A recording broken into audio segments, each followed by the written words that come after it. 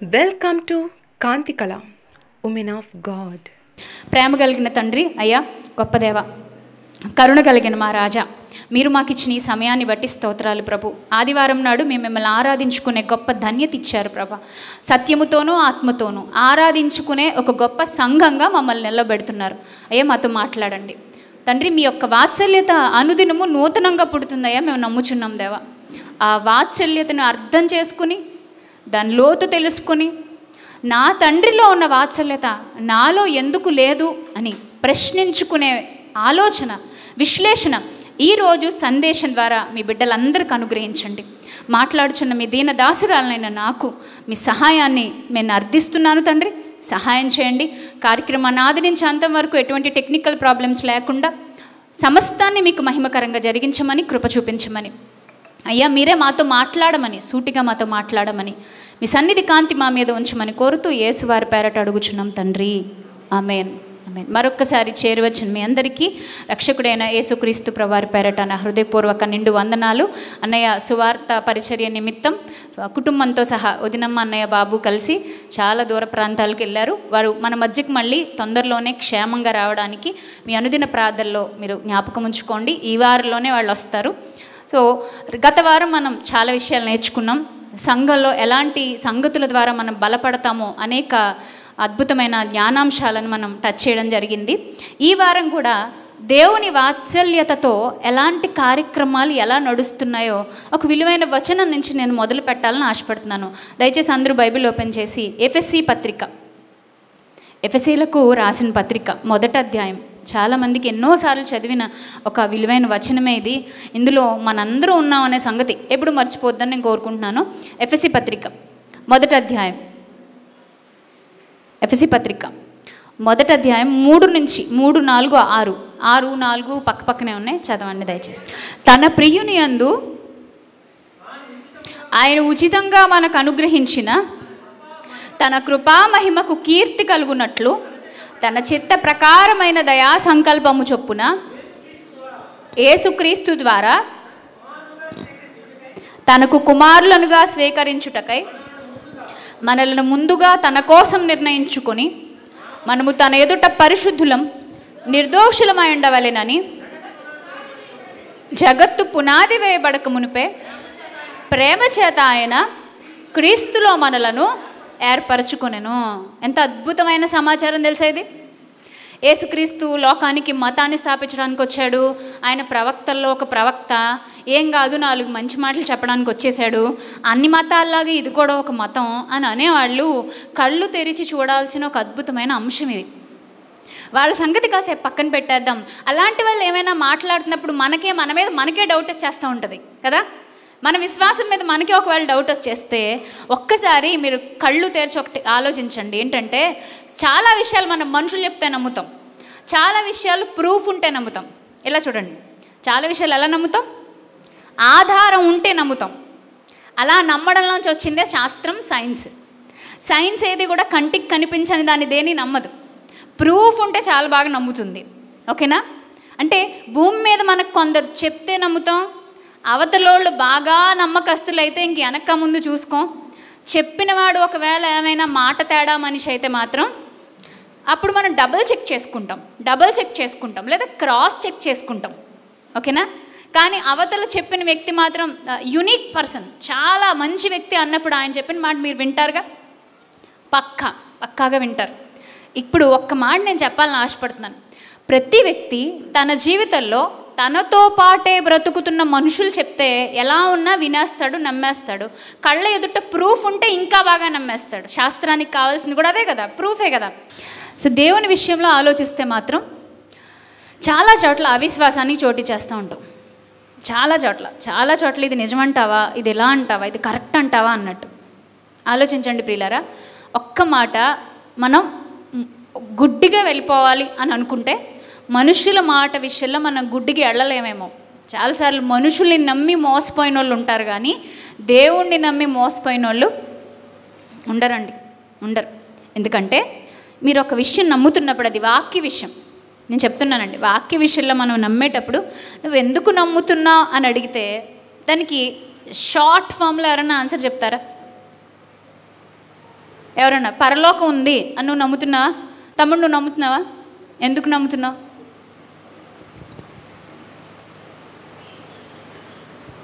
చెప్పండి. దేవుడు ఉన్నాడు నమ్ముతున్నారు ఎవరన్నా? మీరు ఇలా ఆన్సర్ రెడీ చేసుకోండి, నాకు చెప్పండి, ఆన్సర్ చెప్పాలి. ఓకే, లేడీస్ నాడు దేవుడు ఉన్నాడా? ఎందుకు నమ్ముతున్నారు మీరు? నరకం ఉందా? చూసొచ్చారా? మరి ఇలాగే కదండి మనల్ని అడుగుతారు. వీడియో క్లిప్స్ ఏమైనా ఉన్నాయా? ఇమేజెస్ ఉన్నాయా? యేసుక్రీస్తు రక్తం కార్చాడు కదా చాలా సంవత్సరాల క్రితం. నీకు ఇప్పుడు అది ఎలాగ ఉపయోగపడుద్ది? ఎందుకు నమ్ముతున్నావు? క్వశ్చన్. దేవుడు నిన్ను విమోచిస్తాడట, విడిపిస్తాడట, మృతుల్లో నుంచి నిన్ను తిరిగి లేపుతాడట. నువ్వు బలభద్రపురం శ్మశానంలో ఉన్నా, రాజమండ్రి శ్మశానంలో ఉన్నా, మరెక్కడ శ్మశానంలో ఉన్నా, యేసుక్రీస్తు ప్రభువారు వచ్చినప్పుడు, దూతలతో పాటు వచ్చినప్పుడు, రెండవ రాకడలో, పునరుత్థానంలో నువ్వు తప్పక తిరిగి లేస్తావు. నమ్ముతున్నావా? ప్రపంచంలో ఉన్న 300 మంది కోట్ల క్రైస్తవుల విశ్వాసం దేని మీద ఆధారపడిందంటే పునరుత్థాన బలం మీద ఆధారపడింది. am I right or not? పునరుత్థాన శక్తి మీదే ఆధారపడింది. నేనైతే నా విశ్వాసాన్ని పునరుత్థాన బలం మీదే ఆధారపడి కట్టుకున్నాను. మీరంతా ఎలాగున్నారు మరి? ఓకే, ఇప్పుడు నేను మాట్లాడిన ఈ విషయాలన్నింటికి శాస్త్ర ప్రకారంగా మనం రుజువులు తీసుకొచ్చి చూపించగలమండి. నిన్ను లేపుతాడు ప్రభువు, నువ్వు నమ్ముతున్నావా లేదా? ఎందుకు నమ్ముతున్నావు? షార్ట్ ఫామ్లో ఒక ఆన్సర్ చెప్పాలి. ఆయన లేచాడు కాబట్టి. ఓకే, ఆయన లేచాడని నువ్వు ఎలా నమ్ముతున్నావు? నువ్వు చూడలేదు కదా. లేఖనాల్లో ఉంది కాబట్టి. Very good, very good. నేను ఒక చిన్న షార్ట్ ఆన్సర్ చెప్పనా? మీకు కూడా నచ్చుద్ది, బాగుంటుంది. ఇప్పటిదాకా నేను చెప్పిన విషయాలు బైబిల్ ప్రకారంగా నేను నమ్ముతున్నాను. ఎందుకు నమ్ముతున్నానంటే అందరికీ తెలిసిందే, నా దేవుడు చెప్పాడు కాబట్టి నమ్ముతున్నా. ఎంతమంది ఏకీపిస్తారు? నా దేవుడు చెప్పాడు కాబట్టి నమ్ముతున్నా. ఆఫ్టర్ ఆల్ ఒక మనిషి చెప్తేనే నమ్మేస్తాను కదా. అసలు దేవుడు ముందు నిలబడ్డానికి కూడా సరిపోనటువంటి ఒక మనిషి పరిశుద్ధతలో కానీ, జ్ఞానంలో కానీ, నమ్మకంలో కానీ, తెలివితేటల్లో కానీ, బలంలో కానీ, హృదయ విశాలతలో కానీ, వాత్సల్యతలో కానీ, ప్రేమలో కానీ, కరుణలో కానీ, జాలిలో కానీ రవ్వంత కూడా దేవుడి ఛాయలకు రానటువంటి ఒక మనిషి చెబితే మనం ఏం చేస్తున్నాం? నమ్మేస్తున్నాం. దేవుడు చెప్తే నేను గుడ్డిగా, అందుకేనండి ఏ విషయంలోనూ గుడ్డిగా ఉండదు, కానీ బైబిల్ విషయంలో ఎస్. ఒకవేళ ఈ మాటలు వింటున్న ఏమంటారు, మత ప్రచారానికి ఇష్టపడేవాళ్ళు కానీ, మత ప్రచారం అని ముద్ర వేసేవాళ్ళు కానీ, మీరు జనాల్ని తప్పుడు త్రోవలో నడిపిస్తున్నారని అంటారేమో. లేదు, దేవుడు చెప్పాడు కాబట్టే నమ్ముతున్నాం. దేవుడికి అంత జ్ఞానం ఉందా అంటే ప్రకృతిని చూడు, అర్థమైపోద్ది. అద్దంలో నిన్ను నువ్వు చూసుకో, అర్థమైపోద్ది. ఇంకా శాస్త్రాలు అక్కర్లే. ఆ దేవుడే ఇక్కడ కూడా రాస్తున్నాడు. ఎఫెసీ పత్రిక 1వ అధ్యాయంలో, జగత్తు పునాది వేయబడక ముందే. మీకు గూస్ బంప్స్ రావాలి ఈ మాట విన్నప్పుడు. అంటే నేను కాలు మోపిన భూమి, విశ్వంలో శూన్యమండలం మీద అత్యంత వేగంతో తిరుగుతున్న భూమి, ఈ భూమి లేనప్పుడు, రవ్వంత మట్టి కూడా లేనప్పుడు నేను ఉన్నానట. అసలు ఎంత ఆశ్చర్యం అండి అది. మానవ పుట్టుకకు బైబిల్ ఇస్తున్నటువంటి గొప్ప ఆధారం. ఆ చరిత్ర మూలాలకి వెళ్ళి ఆలోచించండి ఎంత బాగుందో. జగత్తి పునాది వేయబడక మునుపే ప్రేమ చేత ఆయన క్రీస్తులో మనలను ఎందుకు ఏర్పరిచాడు? Question mark. ఇక్కడ కూడా ఆన్సర్ ఇచ్చేశాడు. ఎందుకు అని ఒకవేళ మీరు ఈ వాక్యాన్ని అడిగితే ఎందుకు ఏర్పాటు చేశాడు ఇక్కడ చెప్తున్నాడు. ఎందుకు? ఇంకా పైన 6వ వచనంలో మొదటి లైన్ నుంచి చూద్దాం. తన కృపా మహిమకు, ఫస్ట్ పాయింట్ ఏంటండి? కృపా మహిమకు కీర్తి కలగాలి. సెకండ్ పాయింట్ దయా సంకల్పం చొప్పున దయతోటి. థర్డ్ పాయింట్ తనకు కుమారులు అనగా, ఎలాంటి కుమారులు? ఆ తర్వాత లైను మనం ముందుగా తన కోసం నిర్ణయించుకున్న ఆ తర్వాత లైను, మనము తన ఎదుట పరిశుద్ధులం నిర్దోషులమై ఉండవలెనని. ఎస్, పరిశుద్ధులం నిర్దోషులం. ఇప్పుడు మనల్ని మనం పరిశుద్ధులుగా నిర్దోషులుగా చేసేసుకుని నిలబెట్టుకోవడం అయ్యే పనేనా? అవుతుందంటున్నారు కొంతమంది తత్వవేత్తలు, అవుతుందంటున్నారు కొంతమంది ఫిలాసఫర్స్. అందులోకి వచ్చేది మన భారతదేశంలో ఎక్కువ మంది యవ్వనస్తులు ఫాలో అయ్యే ఒక వ్యక్తి ఉన్నాడు. కొన్ని సంస్థలు ఉన్నాయి, ఆయన పేరు మీద కొన్ని సంస్థలు వచ్చాయి. స్వామి వివేకానందం. ఆయన మొత్తం అంటారు, శక్తి అంతా నీలోనే ఉంది, నువ్వు అనుకుంటే ఏదైనా చేయగలవు. ఇలా మాట్లాడుతూ చాలా అద్భుతంగా చెప్తాడండి. ఆయన పుస్తకాలు చదివితే ఓ రకమైన పాజిటివ్ వైబ్రేషన్స్ వస్తాయి. ఎవడని చదివారు ఎప్పుడైనా? చాలా బాగుంటుంది. ఓకే, అయితే ఆయన అంటారు, పాపం చెయ్యడమా, పాపాన్ని కడిగేసుకోవడమా అంతా నీలోనే ఉందంటాడు. అది కూడా ఉంది ఆయన పుస్తకంలో. పాపాన్ని కడిగేసుకోవడం నీలోనే ఉంది. నువ్వు అనుకుంటే చేయకుండా ఉండగలవట, నువ్వు అనుకుంటే కంట్రోల్డ్గా ఉండగలవట. మరి ముందు చేసిన వాటికి నీ మనసులోంచి అవన్నీ నువ్వు కావాలంటే ధ్యానం ద్వారా తీసేయచ్చట. ఆయన ఇలా చెప్తారు. కానీ మనిషిని సృష్టించిన దేవుడు అది చెప్పాడా? చెప్పలేదండి. మనిషిని తానే సృష్టించి దేవుడు ఆ పాప స్వభావం గురించి చెప్పి దాన్ని దూరం చేసుకోవాలంటే ఏం చెప్తున్నాడు? యేసుక్రీస్తు ప్రభువారి అవసరం ఉంది అని చెప్తున్నాడు. అవసరం ఉంది అని చెప్తున్నాడు. చాలామంది బాప్తిస్మం తీసుకోవడానికి కొన్ని డౌట్లు వస్తుంటాయి. సేమ్ ప్రశ్నతో నా దగ్గరికి చాలామంది వచ్చారు. నన్ను చాలామంది పిల్లలు అడిగారు, యవ్వనస్తులు అడిగారు, ఏం తెలుసా, బాప్తిస్మం తీసుకోవాలనిపిస్తుందండి, నన్ను ఎవరు ఫోర్స్ చేయట్లేదు, మా ఇంట్లో వాళ్ళ ఫోర్స్ కానీ ఎవరి ప్రభావం నాకు లేదు. కాకపోతే నాకు ఒకటి అనిపిస్తుంది ఏంటంటే, నేను అన్నీ వదిలేసి బాగా మారిపోయి అప్పుడు బాప్తిస్మం తీసుకుంటే బాగుంటుందేమో అని నేను నిర్ణయం చేసుకున్నానండి. అప్పుడు నేను అన్నాను, నువ్వు అన్నీ వదిలేసి నువ్వు బాగా మారిపోతే ఇంక నీ దేవుడి పనే ఉంది, ఇంక నీకు నీ దేవుడు అవసరం ఏముంది? అంతే కదా. నీలోకి వచ్చి పరిశుద్ధాత్ముడు జరిగించే కార్యాలు ఉంటాయని మరి బైబిల్ చెప్తుంది కదా. ఏం జరిగిస్తాడు పరిశుద్ధాత్ముడు? ఏం జరిగిస్తాడు? పాపమును గూర్చి, తీర్పును గూర్చి లోకాన్ని ఒప్పింపచేస్తాడు. నీకు సంచకరువుగా ఉంటాడు. నువ్వు ఉచ్చరింప సఖ్యముగాని మూలుగులతో అంటే నీ ప్రార్థనా స్థాయిని పెంచుతాడు, శక్తిని పెంచుతాడు, నీ జీవించే జీవన శైలిలో విలువలను పెంచుతాడు, నీ చూపును మార్చుతాడు, నువ్వు జీవించే తీరుని మార్చుతాడు, నీ యాటిట్యూడ్ని మార్చుతాడు, నీ హృదయాన్ని విశాలపరుస్తాడు, ఆత్మఫలాలను ఫలించేలా చేస్తాడు. ఒకప్పుడు ఆత్మఫలాలు ఉండవు, పూర్తిగా వాటిని ఫలించలేరు, కానీ ఆత్మశక్తితో వాటిని ఫలించులాగా చేస్తాడు. వాక్యం చెప్పేటప్పుడు బలాన్ని ఇస్తాడు, శక్తినిస్తాడు. వాక్యం చెప్పడానికి నిలబడినప్పుడు ఎవరి ముందైనా, స్టేజ్ల మీద మాత్రమే కాదు, ఎవరి ముందైనా నువ్వు నీ ప్రభు కోసం సాక్షిగా నిలబడాలంటే నీకు ధైర్యాన్ని ఇచ్చి నిలబెట్టేది కూడా ఆ పరిశుద్ధాత్ముడే. అలాంటి ఒక అద్భుతమైన ఆ పవర్ నీలోకి వచ్చినప్పుడు, అద్భుతమైన వరాన్ని నువ్వు పొందుకున్నప్పుడు, పరిశుద్ధాత్మ అనే వరం నీకు దేవుని చేత అనుగ్రహించబడుతున్నప్పుడు నిజంగా ఎంత గొప్ప ధన్యత అది. అదేదో నువ్వు కావాలంటే కూర్చుని నువ్వు అనుకుంటే బలంగా అనేసుకుంటే వచ్చేసేది కాదు కదా. దేవుని మీద ఆధారపడాలి.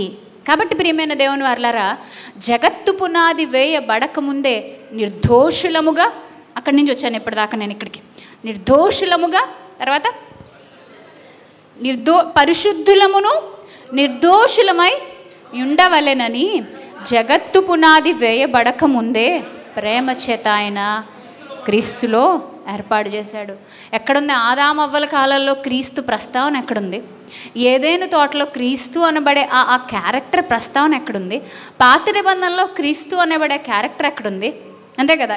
ఈ డౌట్స్ వస్తాయి కదా మనకి. మరి ప్రేమ చేత జగత్తు పునాది వేయబడక ముందే ఏర్పాటు చేసేసాడు అంటున్నారు. ఒక అద్భుతమైన అంశానికి నేను మిమ్మల్ని తీసుకెళ్లాలని ఆశపడుతున్నాను. యెషయా గ్రంథము, దయచేసి బైబిల్ ఓపెన్ చేయండి.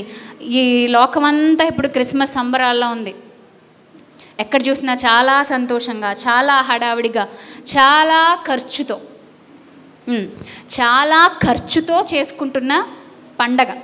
ఇక్కడ మనం ఈస్ట్ వెస్ట్లో అయితే పండగ వచ్చిందంటే ఏం చెప్పుకుంటాం? సాధారణంగా పెద్ద పండుగ అంటాం కదండి, మన పొంగల్ హాలిడేస్కి పండుగ అని చెప్తాం. కానీ మీరు అటు తెలంగాణలో కొన్ని ప్రాంతాలకు వెళ్ళినా, రాయలసీమలో కొన్ని ప్రాంతాలకు వెళ్ళినా ఆ ఊరి ప్రజలు పండగ చేసుకోవడం అనేది దేని గురించి చెప్తారు తెలుసా? కేవలం క్రిస్మస్ గురించే. కొన్ని వందల వేల మంది దీన్ని పండగగా ఆచరిస్తున్నారు. సో దాని గురించి మనం కొట్టుకు చావడం తర్వాత సంగతి. యేసుక్రీస్తు పుట్టినరోజును జరుపుకుంటున్నారా లేదా అనే తర్వాత సంగతి. ఆయన పుట్టుక యొక్క పరమార్థాన్ని గ్రహించి దాన్ని సెలబ్రేట్ చేసుకోవడంలో మేబీ తప్పు లేదు అనేది నా వ్యక్తిగత భావన. కాకపోతే ఆ పండగలాగా మనుషులు సంతోషంతో మునిగిపోతుంది చూసారా, అదే బాధ. ఆ పండగలో అపవిత్రత వచ్చేసింది చూసారా, అదే బాధ. ఆ పండగలో కపటం వచ్చేసింది చూసారా, అదే బాధ. కానీ ఒకనాడు పస్కా పండుగ గురించే మాట్లాడుతూ పౌలు గారు అంటారు, మీరు పండగ ఆచరించాలంటే ఇలా ఆచరించండి. దేనితో ఆచరించాలట? నిష్కాపట్యము, సత్యమను, పులి అని పిండతో ఆచరించండి పండుగ అంటాడు. పులిసిపోయింది ఏది మీ దగ్గర వద్దు, తీసేసేయండి. రోజులు గడుస్తుంటే పులిసింది తీసేసేయండి అని చెప్తాడు. అది పండగ ఆచరించే విధానం. అది అన్ని పండగలకి అప్లై చేసుకుంటే జీవితాలు చాలా బాగుంటాయి ప్రియులారా. సరే, ఇక్కడ మనం ఆలోచిద్దాం. ఈ క్రిస్మస్ వాతావరణంలో పండగ సంబంధించిన సందర్భాలలో ఎక్కువగా మనకు చూపించే కొన్ని రెఫరెన్సెస్ ఉంటాయి. ఆ రెఫరెన్సెస్లో నేను లాస్ట్ వీక్ కూడా ఇంచుమించు ఇదే వేలో తీసుకెళ్ళాను. ఈ రెఫరెన్స్ మీదే చెప్పాను. యెషయా గ్రంథము 9వ అధ్యాయము 7 నుంచి చూద్దామండి. 6 మనందరం చూసాము. ప్రతి చోట ప్రతి క్రిస్మస్లోని ఈ 6 గురించి ప్రస్తావిస్తారు. ఎలా అనగా మనకు యేసు పుట్టెను, ఆలోచనకర్త, ఆశ్చర్యకరుడు, బలవంతుడైన దేవుడు, సమాధానాధిపతి అన్నీ మాట్లాడుతూ ఉంటారు. దీని గురించి మాట్లాడితే కిందకు వచ్చేసరికి ఏమంటున్నాడు? ఇది మొదలుకొని మితి లేకుండా దానికి వృద్ధియు క్షేమము కలుగునట్లు సర్వకాలము దావీదు సింహాసనమును రాజ్యమును నియమించును. న్యాయము వలన నీతి వలన రాజ్యమును స్థిరపరచుటకు అతడు సింహాసనాసీనుడై రాజ్య పరిపాలన చేయును. సైన్యములకు అధిపతియగు యెహోవా ఆసక్తి కలిగి దీనిని. ఎవరికి ఉందండి ఆసక్తి? ఎవరికి ఉంది? మనకుంటుంది ఆసక్తి. మనకి ఎలాగుంటుంది కొన్నిసార్లు ఆసక్తి? ఒక్కొక్కసారి అండి పాలకుండ పొయ్యి మీద పెడితే పొంగిపోద్ది చూసారు, జమ్మున వస్తుంది కదా, అలా వస్తుందండి మనలో ఆసక్తి. దేవుడు పనిలో ఉండాలి, ఇంక మొత్తం పని అంతా నేనే చేసేయాలి. బైబిల్ కూర్చున్నామంటే గంటల తరబడి చదివేయాలనుకుంటాం. ఈలోపు టింగ్ టింగ్ టింగ్ టింగ్ అని పిలుస్తూ ఉంటుంది. దీన్ని స్విచ్ ఆఫ్ చేయాలని తెలిసి, ఫ్లైట్ మోడ్లో పెట్టాలని తెలిసి దాన్ని పెట్టాం. ఎవరైనా పాపం అర్జెంటుగా నా కోసం కొట్టేసుకుంటారేమో అని బాధ మనకి. అవతల ఏమైపోతారో అని పాపం మన కళ్ళ మీద జాలి. దీన్ని అస్సలు పక్కన పెట్టాం, కానీ దీన్ని మాత్రం పెట్టేస్తాం. ఎందుకంటే ఇది కదులుతుంది, దీంట్లోంచి సౌండ్లు వస్తున్నాయి, ఇది మనతో మాట్లాడుతుంది, ఇది మనకు అన్నీ చూపిస్తుంది. ఇది మాత్రం కదలట్లేదు కదా, దీంట్లో జీవం లేదు అనుకుంటాం. వాస్తవానికి చూసుకుంటే ఏది నిర్జీవం అయింది, ఏది జీవం కలిగింది? మనందరికి అన్నీ తెలుసండి, కానీ తెలిసినా కూడా చాలాసార్లు తప్పిపోతూ ఉంటాం. సో ఒకవేళ ఈ చిన్న మిస్టేక్ ఎవరైనా మీ బైబిల్ని చదివే ఆ విలువైన క్వాలిటీ టైంలో మిస్ చేస్తుంటే దీన్ని మీరు జోడించుకుంటే బాగుంటుందనేది మీ సహోదరిగా నా ఉచిత సలహా. ఓకే, ఇక్కడి నుంచి మనం ఆలోచిద్దాం. యెషయా గ్రంథంలో భక్తులందరూ కూడా ఆనాడు, ముఖ్యంగా ఇశ్రాయేలులో, ఈ యూదా ప్రపంచంలో ఎవరెవరైతే దేవుని మీద ఆధారపడి బతుకుతున్నారో వాళ్ళందరినీ బలపరచడానికి, భవిష్యత్తులో రాబోతున్న జనాంగానికి ధైర్యాన్ని ఇవ్వటానికి ఇక్కడ భక్తుడు రాస్తున్న మాట. ఇందులో దేవుడే ఆసక్తి కలిగి దీనిని నెరవేరుస్తాడు అంటున్నాడు. నేను మొదటిసారి ఈ మాట చదివినప్పుడు అండి ఒక రెడ్ పెన్ తీసుకుని దాన్ని అలా అండర్లైన్ చేసుకున్నాను, దాన్ని అలా రౌండ్ చేసుకున్నాను. దేవుడికి ఆసక్తి ఏంటి అని నాకు చాలా కొత్తగా అనిపించింది. దేవుడికి ఏముంది? ఆసక్తి ఉంది. మనం ఎవరిలోంచి వచ్చాం? దేవునిలోంచేగా వచ్చాం. అందుకే మన పోలిక చొప్పున మన స్వరూపమందు, ఎస్, దేవుడు మనకి కంటికి కనిపించకుండా ఉంటాడు. కానీ ఎఫెసీ పత్రికకు వచ్చేసరికి ఒక మాట అంటాడు. ఎఫెసీలతో మాట్లాడుతూ పౌలు గారు ఒక సీక్రెట్ రివీల్ చేస్తారు. ఆయన అందరిలోనూ అంతటా వ్యాపించి ఉన్నాడు. ఆయన మనకు దూరముగా ఉండుటకు ఇష్టపడువాడు కాడు. ఆయన వ్యాపించి ఉన్నాడు. ఆయన యొక్క స్వభావాన్ని మనలో కనపరచాలని ఇష్టపడుతున్నాడు. అందరికీ సహాయం చేసే తత్వం కానీ, క్షమించే గుణం కానీ, చెయ్యిచ్చి పైకి అందించే గుణం కానీ, అందరి జీవితాలను లేవనెత్తే గుణం కానీ, ఎవరి జీవితం మీద ఆధారపడి బతకకుండా, ఎవరి జీవితాన్ని నాశనం చేయకుండా అందరిలో వెలుగులు నింపడం కానీ, ఇవన్నీ ఎవరి స్వభావాలు? దైవ స్వభావాలు. ఇక్కడ మాట్లాడుతున్నాడు. ఆయన ఆసక్తి కలిగి ఇంత చేయాలనుకుంటున్నాడట. ఎంత గొప్ప ధన్యత అండి మనకు, అసలు ఆలోచించండి. ఆసక్తి కలిగి ఏం చేస్తానంటున్నాడు ప్రభు. పైన మాట్లాడుతూ అంటాడు, ఇది మొదలుకొని, అక్కడ నోట్ చేయండి మళ్ళీ, ఇది మొదలుకొని మితి లేకుండా దానికి వృద్ధి, క్షేమం. దేనికి వృద్ధి, దేనికి క్షేమం? దేనికి వృద్ధి? దానికన్నాడు. దేనికి? దేనికి? అందరు ఇక్కడే ఉన్నారా అండి? అందరు ఇక్కడే ఉన్నారా? పర్లేదా? అందరు ఇక్కడే ఉన్నారు కదా. దేనికి వృద్ధి, దేనికి క్షేమం? పైన చెప్పాడే ఇస్తాను అని చెప్పిన రాజ్యం, ఆ రాజ్యానికి వృద్ధి, ఆ రాజ్యానికి క్షేమం. ఆ రాజ్యం యొక్క ప్రణాళిక ఎప్పుడు మొదలైంది? ఎప్పుడు మొదలైంది? జగత్తు పునాది వేయబడక ముందే మొదలైపోయింది. ఇప్పుడు దాన్ని దేవుడు అమలు పరుస్తున్నాడు. ఎలా అమలు పరుస్తున్నాడు? మనకు తెలుసు, ఆదాము అవ్వల దగ్గర నుంచి ఆ ప్రణాళిక ఎలాగొచ్చిందో. ఆ తర్వాత ఈ రాజ్యాన్ని నాశనం చేయాలని, ఈ రాజ్యాన్ని మొత్తం లేకుండా నాశనం చేసేసి వేళ్లతో సహా మొత్తం లాగేద్దామని ఎంతోమంది ట్రై చేశారు. వాళ్ళ పని అయిందా? అవ్వలేదు ప్రియులారా, అవ్వలేదు. మీరు చూస్తే సర్వకాలము దావీదు సింహాసనము రాజ్యము నియమించును, న్యాయము వలన నీతి వలన రాజ్యము స్థిరపరచుటకు. క్రీస్తు రాజ్యం ఎలా స్థిరపడిందట? న్యాయం వల్ల స్థిరపడింది, నీతి వల్ల స్థిరపడింది. నీతి న్యాయములు నీ సింహాసనమునకు ఆధారములు. నీతి న్యాయములు నీ సింహాసనమునకు ఆధారం. ఆ అద్భుతమైన పాయింట్ని మళ్ళీ అక్కడ తీసుకొస్తున్నాడు, క్రీస్తు రాజ్యంలో తీసుకొస్తున్నాడు. క్రీస్తు రాజ్యం, ఈ రాజ్యాన్ని నాశనం చేయటానికి ఎంతోమంది వచ్చారు. ఈ రాజ్యాన్ని వృద్ధి పొందిస్తూ ముందుకెళ్ళిపోవడానికి ఎంతోమంది తమ వంతు కృషి తాము చేస్తూ ఉన్నారు. ఈ సందర్భంలో నేను ఒక మాట మీకు గుర్తు చేయాలని ఆశపడుతున్నాను. దీన్ని ఆసక్తి కలిగి నడిపించేది ఎవరు? దేవుడు. అంటే క్రీస్తుని భూమి మీదకి పంపించాలి. జాగ్రత్తగా వినండి, క్రీస్తుని భూమి మీదకి పంపించాలి. ఆయన అందరి కోసం ప్రాణం పెట్టాలి. విమోచన క్రయధనంగా ఆయన ఇవ్వబడాలి. మళ్ళీ సమాధి చేయబడి తిరిగి లేపబడాలి. ఆ విశ్వాసం చేత ప్రజలందరినీ ఆయనకు శిష్యులుగా చేయాలి. ఇదన్నమాట ఒక ప్లాన్, ఒక సంకల్పం. దీనికి ఎప్పుడు పునాది వేయబడింది?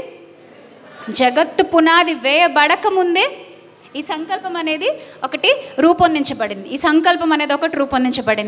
ఈ సంకల్పాన్ని దేవుడు ఒక్క రోజులో, ఒక్క సంవత్సరంలో, ఒక 10 ఏళ్లలో, ఒక 100 ఏళ్లలో అమలు చేసేసాడా? ఎంత బాగుంది చూసారా? ఎప్పుడు ఎన్నేళ్ళు తీసుకున్నాడు ప్రభు? భూమి పుట్టింది మొదలు, ఇంకా గట్టిగా మాట్లాడితే పుట్టడానికి ముందు మొదలుపెట్టిన ఆలోచన, ప్రణాళిక ఇప్పటికీ ఈవెన్ స్టిల్ 2023లో డిసెంబర్ 24 వరకు మితి లేకుండా రాజ్యమునకు వృద్ధియు క్షేమమును కలుగునట్లుగా యెహోవా ఆసక్తి కలిగి, నమ్ముతారా ఈ మాట? ఈరోజు మీరు ఇక్కడికి వచ్చి కూర్చున్నారంటే కేవలం దేవుణ్ణి బట్టే వచ్చి కూర్చున్నాను, నమ్ముతున్నారా? ఆయన ఆసక్తి వల్ల ఈరోజు నీ బతుకు నా బతుకు నిలబడింది, నమ్ముతున్నారా? ఆయన ఆసక్తి వల్లే మనం రక్షణలోకి వచ్చాం, నమ్ముతున్నారా? అది సత్యమును గూర్చిన మనకు ఉండాల్సిన అనుభవ జ్ఞానం, మనకు రావాల్సిన అనుభవ జ్ఞానం ప్రియులారా, మనకు రావాల్సిన అనుభవ జ్ఞానం. సో దేవుడు ఆసక్తి కలిగి దీన్ని నెరవేరుస్తుంటే, దేవుడు కొన్ని కాలాలలో కొంతమంది వ్యక్తులకు వాగ్దానాలు చేశాడు. యేసుప్రభువుని భూమి మీదకి పంపిస్తానని ఆయన రాజ్యం కోసం వ్యక్తులకు చేసిన వాగ్దానాలు ఏమున్నాయి గుర్తు తెచ్చుకుందామా ఒకసారి. యేసుక్రీస్తు రాజ్యం కోసం భక్తులకి చాలా కాలం కిందట, వేల సంవత్సరాలకు పూర్వం దేవుడే చేసిన వాగ్దానాలు ఎవరెవరికి చేశాడో గుర్తు తెచ్చుకుందామా? ఎవరికి చేశాడు? వెరీ గుడ్, అబ్రహాముకు చేశాడు. ఏమని గుర్తొస్తుంది మనకు అబ్రహాముని గుర్తు చేసుకోగానే? ఇసుక రేణువుల కంటే విస్తారంగా వెళ్ళిపోద్ది. పైన నక్షత్రాలు చూడు, నువ్వు కాళ్ళు ఆంచిన ఇసుకను చూడు, 2 దారులు. పైన నక్షత్రాలు చూడు, నీకు ఆశ్చర్యం, షాక్ అయిపోతావు. కింద కాళ్ళది కిందకు ఉన్నట్టండి ఇసుకను చూడు, ఇసుక రేణువుల్లాగా. మరి అది ఇశ్రాయేలీల గురించి మాట్లాడిందా? మనకు తెలుసు అది కేవలము క్రైస్తవ్యం గురించి మాట్లాడింది. ఓకేనా? అది క్రైస్తవ్యం గురించి మాట్లాడింది. ఇంకా ఎవరికి ఇచ్చారండి వాగ్దానాలు? ఇస్సాకుకి ఇచ్చారు, నెక్స్ట్ యాకోబుకి ఇచ్చారు, నెక్స్ట్ తర్వాత దావీదుకి ఇచ్చారు. దావీదే మనకు ఎక్కువ కనిపిస్తాడు, ఎందుకంటే దావీదుకి ఆయన యెషై సంతానంలోంచి వస్తాడని చెప్పాడు. ఒక విషయం నాకు ఇప్పటికీ విచిత్రంగా అనిపిస్తూ ఉంటుందండి, చాలా ఆశ్చర్యంగా ఉంటుంది.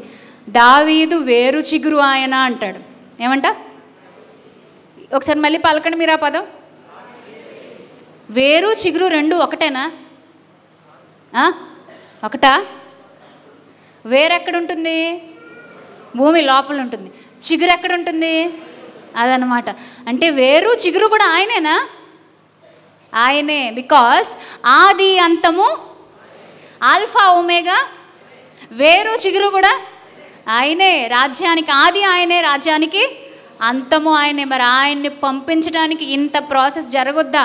మీ యేసుక్రీస్తు 2000 సంవత్సరాల క్రితమే పుట్టాడు, మీరేంటి క్రిస్మస్ చేసుకుని మీరు పెద్ద మొన్నే వచ్చిన మతాన్ని పట్టుకుని మా దగ్గరికి వస్తున్నారు అని పాపం కొంతమందికి తెలియక, కడుపులో మండిపోయి తట్టుకోలేక వాళ్ళు చేస్తున్న కార్యాలని వద్దంటుంటే, బైబిల్ ఇది వద్దని చెప్పింది నాయన మార్చుకోండి అంటుంటే కష్టంగా ఉండి అలాగే మాట్లాడతారండి. మత మార్పిడి అంటారండి. నాకు అనిపిస్తూ ఉంటుంది, నాకు ఏదైనా ఒక విషయంలో మేలు జరిగింది, నేను ఒక హాస్పిటల్కి వెళ్ళాను, నాకు అక్కడ మేలు జరిగింది, మేలు జరిగినప్పుడు లేదా పలానా వ్యక్తి చాలా చాలా బెస్ట్ పర్సన్ అని నేను నమ్మినప్పుడు దాన్ని నేను ఏం చేస్తాను? నీకు విషయం చెప్తాను, నాకు డబ్బులు ఇస్తావా అని అడగను. ఏం చేస్తాను? నీకు ఉపయోగపడుద్దేమో చూడని చెప్తాను. ఇప్పుడు యేసుక్రీస్తుని నమ్ముకుంటే నేను మేలు పొందుకున్నాను. ఇది మీలో ఎవరి దగ్గరికి వచ్చి మైక్ ఇచ్చినా మీరు చెప్తారు లేదా? చెప్పలేకపోతున్నారంటే మీరు పెద్ద విశ్వాసంలో లేరన్నట్టే లెక్క. మరి అది మీ వ్యక్తిగత విషయం, అంతేనా? మైక్ ఇచ్చి ఎవరినైనా అడిగితే చెప్తారు లేరా? ఎందుకు నమ్ముకున్నారమ్మా యేసుక్రీస్తుని అంటే ఏం చెప్తారు? ఏదైనా చెప్తారు, రకరకాల లోక సంబంధమైన కారణాలు. కానీ మీరు సత్య సంబంధంగా ఏం చెప్తారు? లాస్ట్ టైం నేను ఒక చోటకి మీటింగ్కి వెళ్ళానండి. మన స్టేట్ కాదులే, వేరే స్టేట్కి వెళ్ళినప్పుడు ఒక అబ్బాయి వచ్చాడు. వాడికి 25-26 ఏళ్ళు ఉంటాయి. ఒక అమ్మాయితో పాటు వచ్చాడు. ఇద్దరు వైఫ్ అండ్ హస్బెండ్ అనమాట.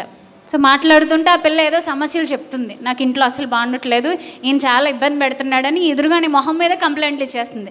అప్పుడు నేను ఎన్నాళ్ళు అయిందన్నా నువ్వు క్రిస్టియానిటీలో వచ్చి చర్చికి రావడం మొదలుపెట్టంటే నిస్సందేహంగా నిర్మొహమాటంగా ఒక మాట అన్నారండి అబ్బాయి. నేను ఈ అమ్మాయి కోసమేనండి చర్చికి రావడం మొదలెట్టాను, ఈ అమ్మాయిని పెళ్లి చేసుకుందామని నేను బాప్తిస్మం తీసుకున్నాను. కనీసం సిగ్గు కూడా పడలేదండి అసలు నాతో చెప్పడానికి, కనీసం సిగ్గు కూడా పడట్లేదు. ఓహో అవునా, చాలా నాకైతే మంచి క్లారిటీ ఉంది నాయన నీకు. చాలామంది క్రైస్తవుల కంటే బెస్ట్ క్లారిటీ ఉంది, తన లైఫ్ పట్ల దానికి ఒక క్లారిటీ ఉందన్నమాట. అంటే నేనేదో దేవుడు అని పొద్దున్న బైబిల్ పట్టుకోవడం, రాత్రి ప్రార్థన చేసుకోవడం, ఇదంతా నాకు పడదండి, నాకున్న బిజీ షెడ్యూల్ అలాంటిది అంటున్నాడు. ఆ అమ్మాయి ఏమో మా ఆయన ప్రార్థన చేసుకోవట్లేదు, బైబిల్ చదవట్లేదు, పెళ్లి కోసమే నన్ను బాప్తిస్మం తీసుకుని మోసం చేశాడండి అని చెప్పేసి మధ్యలో నన్ను న్యాయ నిర్ణేతగా పెట్టారండి. నాకు సంబంధం లేదు బాబు, నేనేమన్నా 2 విషయాలు మంచి చెప్పేసి వెళ్ళిపోవడానికి వచ్చాను ఇక్కడికి అని చెప్పి వాళ్ళ పాస్టర్ గారిని పిలిచి, వాళ్ళ సంఘ పెద్దలను పిలిచి మీరు మాట్లాడండి ఈ విషయం ఏంటో అని చెప్పినప్పుడు వాళ్ళు చూసుకున్నారు. అంటే ఎందుకు ఈ విషయం మీకు గుర్తు చేశానంటే, ఇలా ఉన్నారండి చాలామంది. క్రీస్తుని ఎందుకు నమ్ముకున్నాం అంటే వాళ్ళకి సరైన క్లారిటీ లేదు. కొంతమంది క్లారిటీ ఉన్నా అందులో పసలేదు, అర్థమైందా? కొంతమంది క్లారిటీ ఉన్నా అందులో సబ్జెక్ట్ లేదు. ఎందుకు నమ్ముకోవాలో వాళ్ళకి తెలియదు. కానీ ఈరోజు నేను ఒక విషయం చెప్తాను, జాగ్రత్తగా వినండి. యేసుక్రీస్తు నువ్వు నమ్ముకున్నావు అంటే, నేను నమ్ముకున్నానంటే నేను మేలు పొందుకున్నాను. నేను చచ్చిపోయిన తర్వాత దేవుడు నన్ను లేపుతాడని నాకు నిత్యజీవం మీద ఆ విశ్వాసం ఉంది. నా దేవుడు చెప్పాడు కాబట్టి నేను నమ్ముతున్నాను, అది నాకు తెలుసు. నేను పొందుకున్న మేలు నా సాటి భారతీయురాలుగా నువ్వు పొందుకోవాలని నేను చెప్తున్నాను. ఇందులో మతం ఏంటండి అసలు? ఇది మత ప్రచారం ఏంటండి అసలు? ఏది మతం అవుతుందో తెలుసా? మా చర్చికే రండి, మా పాస్టర్ గారి దగ్గరికి వచ్చి ప్రార్థన చేయించుకోండి. ఒకవేళ మీరు వచ్చి ప్రార్థన చేయించుకుని వెళ్ళిపోయి మళ్ళీ వారం మీరు రాకపోతే, మీరు వెళ్ళేటప్పుడు మీ బండి బ్రేక్ వైర్ తెగిపోద్ది, మీ బండికి కుక్కడ్డ వచ్చేస్తుంది. మీకు కుక్కడ్డ వచ్చి పడిపోయారా? మీరు లాస్ట్ వీక్ చర్చికి వచ్చి మళ్ళీ మానేశారు కదా, అందుకే ఇలా జరిగింది. అంటే ఇలాంటి ఒక ఫేక్ మతం మత్తులో ఉన్న వాళ్ళే నూరిపోస్తారు, దేవుని యొక్క మనసును కింద పెట్టేస్తారు. దేవుడు అంత చీప్ క్యారెక్టర్ కాదండి. ఓ రకంగా చెప్పాలంటే మనిషి లాంటోడు కాదండి. మనుషులే కుళ్ళిపోతారు, విషయానికి విరిగిపోతారు, చిన్నదానికి విరిగిపోతారు, నిష్ఠూరం పెట్టుకుంటారు, నిందలు వేసేస్తారు, అర్థం చేసుకోరు. కానీ దేవుడు మితి లేకుండా మన కోసం ఏదైనా చేయడానికి సిద్ధపడుతున్న ఒక మహోజ్వల ప్రేమమూర్తి ఆయన, వాత్సల్య సంపూర్ణుడు. అసలు ఆయన గురించి మాట్లాడుతుంటే ఎంతమంది పాటలు రాసినా, ఎంతమంది కవితలు రాసినా సరిపోదేమో, అంత ప్రేమమయుడు. జగత్తు పునాది వేయబడక ముందే దీనికి ప్లాన్ మొదలెట్టేశాడు. మీరు ఇల్లు కట్టుకోవాలంటే మీకు స్థలం కనబడిన తర్వాత మొదలెడతారు ప్లాను, అర్థమైందా? మీరు ఒక బిల్డింగ్ కట్టాలంటే ఎప్పుడు మొదలెడతారు ప్లాన్ వేయడం? ఇక్కడ హాలు, ఇక్కడ ఈ గది, ఇక్కడ ఈ గది, ఇక్కడ ఈ గది అని ఎప్పుడు మొదలెడతారు? ఒక స్థలం మీ ఎదురుగా ఉంటే మొదలెడతారు. ప్రభు యొక్క శక్తి చూడండి, ఆయన ఎప్పుడు మొదలెట్టాడండి రాజ్యాన్ని కట్టాలన్న ప్లాన్. రవ్వంతం మట్టి కొళ్ళైనప్పుడు యేసుక్రీస్తు వచ్చాడు లోకానికి. అందుకే వచ్చాడు లోకానికి. ఆ సంకల్పాన్ని నెరవేర్చడానికే లోకానికి వచ్చాడు. అందుకే ఆయన యొక్క జన్మదినం, ఆయన జీవితమే ఒక సంచలనం అండి. ఆయనే ఒక సంచలనం అండి. క్రిస్మస్ అంటే చాలామంది తక్కువగా చూస్తారు, నేనైతే చాలా గొప్పగా అనుకుంటున్నానండి. క్రిస్మస్ అంటే నా జీవితంలో ఒక సంచలనం అండి. ఆయన భూమి మీదకి రావడమే ఒక సంచలనం. బికాస్ ఆయన యొక్క ఆ జన్మని పూర్తిగా నాశనం చేయాలని ఆయన ముందటి తరాలలో ఎంతోమంది ప్రయత్నించారు. ఫర్ ఎగ్జాంపుల్ మీకు ఒక విషయం చెప్తాను. దావీదుకి దేవుడు వేరు చిగురు ఆయనే అని వాగ్దానం ఇచ్చాడు. దావీదుకి చాలా సంగతులు చెప్పాడు. దావీదుతో ఏమన్నాడు? నీ సింహాసనాన్ని నేను స్థిరంగా ఉంచుతానని చెప్పాడు. స్థిరంగా ఉంచుతానన్నాడు. మరి దావీదు సింహాసనానికి డోకా వచ్చిందా లేదా? వచ్చిందా లేదా? వచ్చింది కదా. ఎలా వచ్చిందంటే, దావీదుని నాశనం చేయాలనుకున్నారు శత్రువులు. దావీదు తర్వాత సంతానాన్ని కూడా నాశనం చేయాలనుకున్నారు. మీకు ఆ చరిత్ర తెలుసు అనుకుంటున్నాను. ఒకానొక సందర్భంలో ఈ విషయం ఎలా ఉంటుందంటే, దావీదు రాజ్య పరిపాలన చేయకుండా అడ్డుపడడానికి ఎన్నో భయంకరమైన దుష్టశక్తులు ప్రయత్నించాయి. అందులో దావీదు కడుపును పుట్టిన సొంత కొడుకే ఉన్నాడు, అబ్షాలోము. ఇక్కడ మీకు ఒక విషయం చెప్తాను. అబ్షాలోము తన తండ్రి మీద కుట్ర పన్నుతూ ఉన్నప్పుడు, తన తండ్రిని చంపేయాలి అన్నప్పుడు ఒక ఇద్దరు మనుషులు తన తండ్రి దగ్గరికి సమాచారం మోసుకెళ్ళారు. మీకు ఈ సందర్భం గుర్తుందా? ఇలా చెప్తే మీకు ఇంకా గుర్తొస్తుందేమో చెప్తాను. అలా సమాచారం మోసుకెళ్ళేటప్పుడు ఈలోపు ఈ అబ్షాలోముకి విషయం తెలిసిపోయి దావీదుని చంపేయడానికి కుట్ర పన్నుతున్నప్పుడు, ఈ ప్లాన్ నాన్న వరకు వెళ్ళకూడదని చెప్పేసి ఎవరైతే వెళ్తున్నారో వాళ్ళని కూడా చంపేయాలనుకున్నాడు. జాగ్రత్తగా వినండి, బాగుంటుంది. ఎవరైతే వెళ్తున్నాడో వాళ్ళని కూడా చంపేస్తే క్లియర్ అయిపోద్ది కదా అనుకున్నప్పుడు వీళ్ళ వెనకాల సైనికులను పంపించాడు. ముందు ఎంతమంది పరిగెడుతున్నారు? ఇద్దరు. ఎవరు వాళ్ళు? అంటే మీరు ఇక్కడే ఉన్నారు లేదని చిన్న క్వశ్చన్స్ అనమాట. ముందు ఎవరు పరిగెడుతున్నారు? నా మానాన్న నేను చెప్పుకెళ్ళిపోతే ఏంటండి అసలు ఏం బాగుంటుంది? ముందు సమాచారం ఎవరికి పట్టుకెళ్తున్నారు? దావీదు రాజు దగ్గరికి. వెనకాల వాళ్ళని చంపేయడానికి ఎవరు మనుషులు పంపించారు? అబ్షాలోము. Very good. వీళ్ళు వెళ్తున్నారు, వీళ్ళు వస్తున్నారు. మీ కళ్ళ ముందు సీన్ ఉండాలి, ఇమాజిన్ చేసుకోండి. వాళ్ళు అలా వెళ్తున్నారు, వీళ్ళు వస్తున్నారు. అప్పుడు ఇక్కడ సహాయం కానటువంటి, సహాయంగా అనిపించినటువంటి ఒక సహాయం చేసిన ఒక ఆవిడ ఉన్నారు. మళ్ళీ చెప్పనా? సహాయంలాగా అనిపించదు, సహాయమే కాదనుకుంటాం, కానీ అది ఎంత గొప్ప సహాయమో మనకు అర్థం కావాలి. సమూయేలు గ్రంథంలో ఉంటుంది ఈ సందర్భం.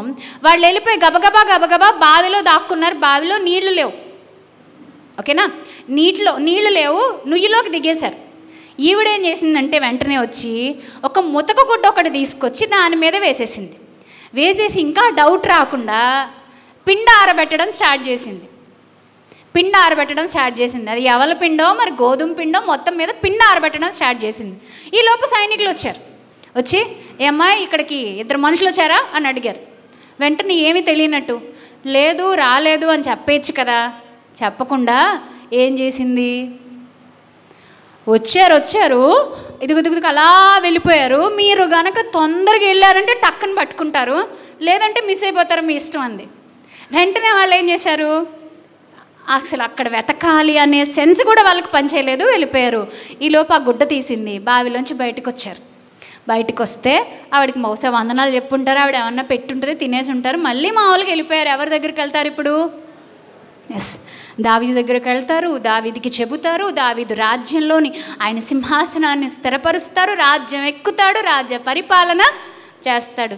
అయితే నేను అంటాను, ఈ ప్రాసెస్ అంతా సరిగ్గా జరగాలంటే వీళ్ళు చేసిన సహాయం చిన్నదా పెద్దదా?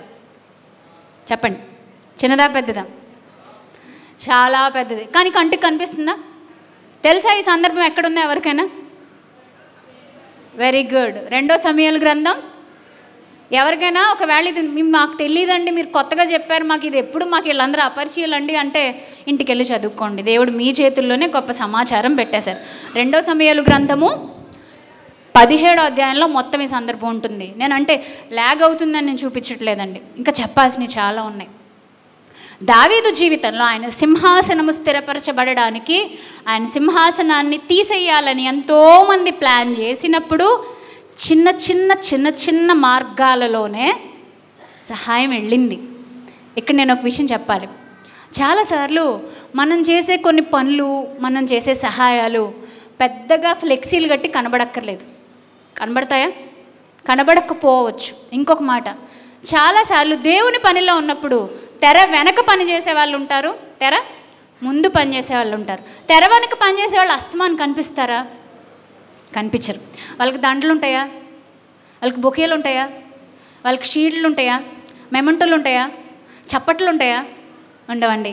కానీ వాళ్ళు చేసే పని మాత్రం చాలా చాలా అద్భుతమైందండి. చాలా అద్భుతమైంది. అది విశ్వాసంతో మాత్రమే సాధ్యపడుతుంది. అది విశ్వాసంతో మాత్రమే సాధ్యపడుతుంది. ఒక రోజున నేను ఒక మీటింగ్కి వెళ్ళానండి. మీటింగ్కి వెళ్ళినప్పుడు నా దగ్గరికి ఒక అమ్మాయి వచ్చింది. చూడడానికి చాలా పేలగా ఉంది. ప్రార్థన చేయండి అక్క అంది. అంతా అయిపోయిన తర్వాత అప్పటికే 12 అయింది. అప్పుడు నేను అడిగాను, ఏం చదువుకుంటున్నావు అని. లేదంటే నాకు పెళ్ళి అయిపోయింది అంది. పెళ్ళి అయిపోయిందా? నీ వయసు ఎంత అంటే 23 సంవత్సరాలు అని చెప్పింది. తీరా చూస్తే ఇదిగో ముందు కూర్చుంది కదా, అమ్మాయి ఎంత ఉందండి, బక్క పలచగా. 23 సంవత్సరాలు. 23 సంవత్సరాలు అప్పుడే పెళ్ళి ఏంటమ్మా నీకు అంటే, ఇలా ఉన్నావు, ఈ పెళ్ళి ఏంటంటే ప్రార్థన చేసేటప్పుడు ఇలా ముసుగేసుకుంటూ నా భర్త చనిపోయారండి, నా కోసం ప్రార్థన చేయండి అండి. ఎప్పుడు చనిపోయారు ఏంటంటే 2 ఏళ్ళు అయిందంట. ఎలా చనిపోయారు? పచ్చకామెరలు వచ్చి సరైన వైద్యం అందక బేదలండి వాళ్ళు చనిపోయారు. హృదయం అంతా పిండేసినట్టు అయిపోయింది. మాట్లాడుతూ ఉన్నాను, ఇలా పాప లేచిందని చెప్పేసి ఎవరో వచ్చి అమ్మాయిని పిలుస్తున్నారు. మళ్ళీ అమ్మాయికి 2 ఏళ్ళ పాప ఉంది. చూడడానికి ఎంత ముద్దుగా ఎంత ముచ్చటగా ఉందండి ఆ పాప. తీసుకొచ్చి భుజం మీద వేసుకుని పాప కోసం కూడా ప్రార్థన చేయమని అడిగింది. వెంటనే నాకు ఏం చేయాలో అర్థం కాలేదు. చాలా బాధేసింది. ఏంటి ప్రభా, కొంతమంది జీవితాలు ఇలా క్వశ్చన్ మార్కులుగా మిగిలిపోతాయి. ఎందుకు ఇలా జరుగుద్ది కొంతమంది కంటే? అన్నింటికీ మనకి సమాధానాలు దొరకవు. వెతుక్కోవడానికి కూడా ఎవరు ప్రయత్నించొద్దు. చాలామంది ఈ సమాధానాలు, ఈ ప్రశ్నలతోటే జీవితం అంతా గడిపేస్తూ ఉంటారు. వెంటనే నా దగ్గర బ్యాగ్లో నేను చేపెట్టానండి, నాకు కానుకిచ్చారు. మీటింగ్ వాళ్ళు కానుకిచ్చారు. అది ఎంతో కూడా నేను చూడలేదు. అలా తీసేయండి, నా మనసు అలా ప్రేరేపించింది.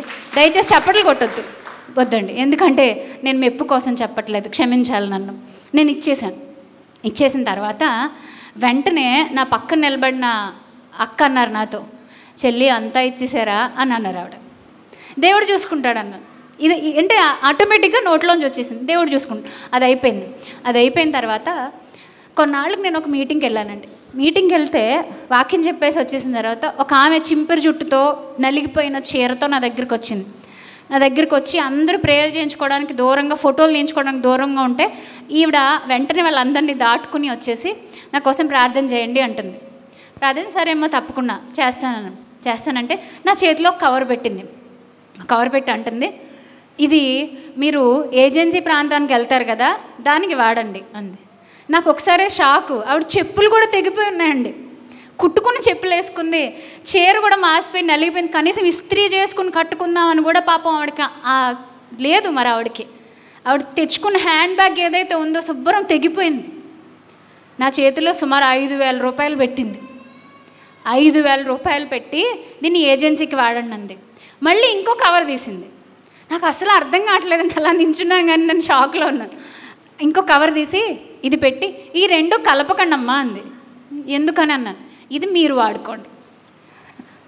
నాకు ఒక్కసారి అమ్మ మీరు ఏం చేస్తారో అని అడిగాను నేను. అంటే నేను కూరగాయలు అమ్ముకుంటానండి, నా పెరట్లో కూరగాయలు పండించుకుని రోడ్డు మీదకి తీసుకెళ్ళి బస్తాలతో పెట్టి అమ్ముకుంటాను. నేను చాలామందికి సువార్త కూడా చెప్తానండి, నేను సువార్తికురాలిని అంది. కూరగాయలు అమ్ముకునే దానికంటే కూడా ఆవిడ చెప్పుకోవడానికి ఇష్టపడింది.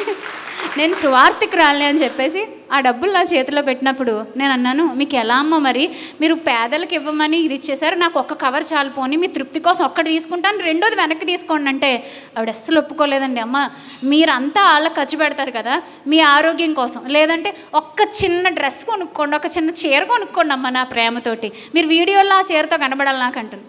అసలు ఏంటండి ప్రేమ అనిపించింది. ఆవిడతో అడుగుతుంటే నేను మాట అన్నాను, నీకు ఎలా వస్తాయంటే స్పీడ్గా అండి, ఇది ఏమి ఒక అరగంట 30 గంట కూడా జరగలేదు, మీరు నమ్మరు, నిజంగా 5 మినిట్స్ లోపే జరిగింది ఈ డిస్కషన్ అంతా. ఎందుకంటే ఆవిడ వెళ్ళిపోవాలి, తొందరగా వెళ్ళిపోవాలని తొందర పెట్టేసుకుంటుంది. ఎలా వస్తాయి నీకు డబ్బులు అని అడిగితే దేవుడే చూసుకుంటాడులే అమ్మ అని వెళ్ళిపోయింది అంతే. నాకు వెంటనే ఆ డైలాగ్ గుర్తొచ్చింది. ఆ రోజు రాత్రి నేను దేవుడే చూసుకుంటాడులే అన్నాను కదా. అంటే ఈ దేవుని పనిలో ఆయన చేసే కార్యాలు అంత అద్భుతంగా ఉంటాయి చూడండి. నిజంగా అవి మళ్ళీ ఇంగిర్లు తిరుక్కుంటూ మన దగ్గరికి వస్తాయండి. అది మాత్రం వాస్తవం. దేవుని మీద ఆధారపడిన జీవితాలు చాలా అద్భుతంగా ఉంటాయండి. దేవునికి మాత్రమే మహిమ, ఘనత, ప్రభావములు కలుగునుగాక. ఆమేన్, ఆమేన్. ఇలాంటి వాళ్ళు ఉన్నారు దేవుని రాజ్యంలో. కనబడే చిన్న సహాయం వాళ్ళకి అది గొప్పది, కానీ అది చాలా గొప్పగా వెళ్ళిపోతుంది, బయటికి ఎంతో గొప్పగా వెళ్ళిపోతుంది. ఈరోజు దావీదు జీవితంలో కూడా మనకు ఒకటే రాయించబడింది. ఇంకా ఎంతోమంది దావీదు యోధులు ఉన్నారట. కత్తి పట్టుకుంటే ఆ కత్తి చెయ్యికి అంటుకునేంత గొప్పగా పోరాటం చేస్తున్నటువంటి యోధులు ఉన్నారని మనకు బైబిల్లో కనిపిస్తుంది. వాళ్ళు దావీదు నుంచి ఏది ఆశించలేదు. అంటారు దావీదుని, అయ్యా నువ్వు మాకు దీపము వంటి వాడవయ్యా, నువ్వు జస్ట్ అలా నించో చాలయ్యా, మేము వెళ్ళి మొత్తం నరుక్కుని వస్తాం, మేము వెళ్ళి మొత్తం యుద్ధం చేసుకుని వస్తాం, కానీ నువ్వు మాకుంటావు చూసావా తోడుగా, ఆ ధైర్యమే చాలా గొప్పదంటారు. అంత గొప్ప సైన్యాన్ని మెయింటైన్ చేశాడంటే దావీదు. ఆయన ఎలా దేవునిపై ఆధారపడ్డాడు. ఇంకా గొప్ప సంగతి కదా ప్రియులారా. దేవుని మీద ఆధారపడడం అనే చిన్న విషయం, చిన్నదే, పెద్దది కాదు.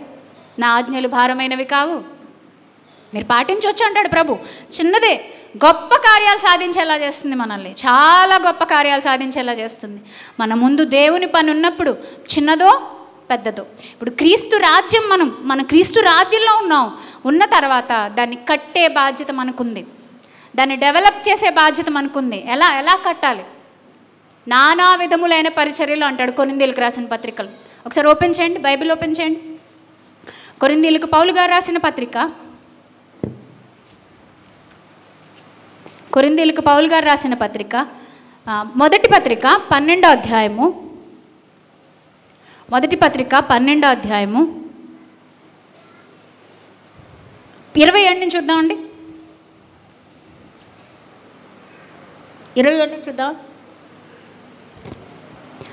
అటువలే మీరు క్రీస్తు యొక్క శరీరమై ఉండి వేరువేరుగా అవయవములై ఉన్నారు. మరియు దేవుడు సంఘములో మొదట కొందరిని అపోస్తలులుగా, కొందరిని ప్రవక్తలుగా, కొందరిని బోధకులుగా, అటు పిమ్మట కొందరిని అద్భుతాలు చేయువారిగా, తర్వాత కొందరిని స్వస్థపరచువారిగా, ఇలా మాట్లాడుతూ వారందరికీ ఒక అద్భుతమైన వరాన్ని ఇచ్చాడని చెప్తూ, బాధ్యతనిచ్చాడని చెప్తూ ఏమంటున్నాడు? అందరూ అపోస్తలులా, అందరూ ప్రవక్తలా, అంటే అందరూ అన్ని పనులు చేయగలరా అని మాట్లాడుతూ కిందకు వచ్చేసరికి ఏమన్నాడు? 31వ వచనం, కృపావరములలో శ్రేష్టమైన వాటిని ఆసక్తితో అపేక్షించుడి. ఇది ఆ కాలానికి ప్రారంభ శతాబ్దంలో ఉన్న వాళ్ళకి, కొరింథీలు లోకంలో అన్యుల నుంచి, అన్ని ఆచారాల నుంచి వచ్చిన వాళ్ళు, వ్యభిచార సంబంధమైన, వ్యాపార సంబంధమైన దృక్పథాలే తప్ప కొరింథీలలో అంతగా ఆ స్పిరిచువాలిటీ లేదు.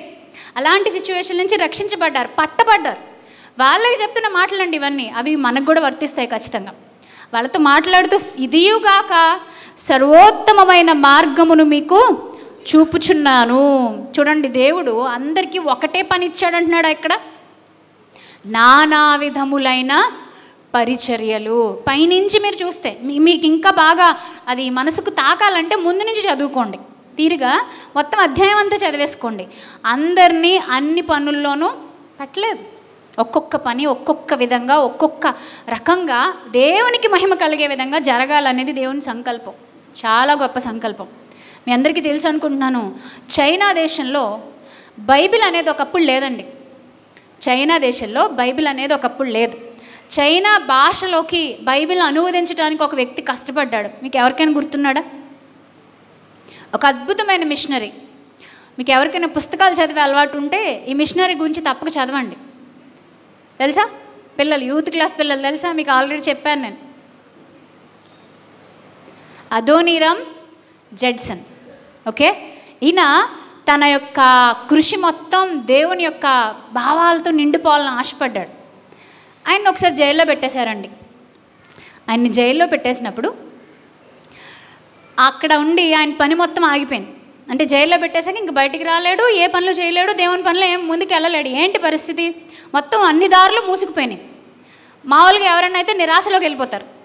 కానీ ఆయన జైల్లో ఉండి ప్రార్థించి, ప్రభా నాకు ద్వారాలు తెరువు అన్నప్పుడు, ఆయన ఆల్రెడీ అంతకుముందు ఇంటి దగ్గర ఉన్నప్పుడు కొంత ట్రాన్స్లేట్ చేశాడు, బైబిల్ని కొంత ట్రాన్స్లేట్ చేశాడు. ట్రాన్స్లేట్ చేసింది ఇంట్లో పుస్తకాల్లో వదిలేశారు. ఇప్పుడు దాన్ని ఆయనకి ఇవ్వాలి. అది ఆయన దగ్గరకు వస్తే తప్ప పని ముందుకు వెళ్ళదు.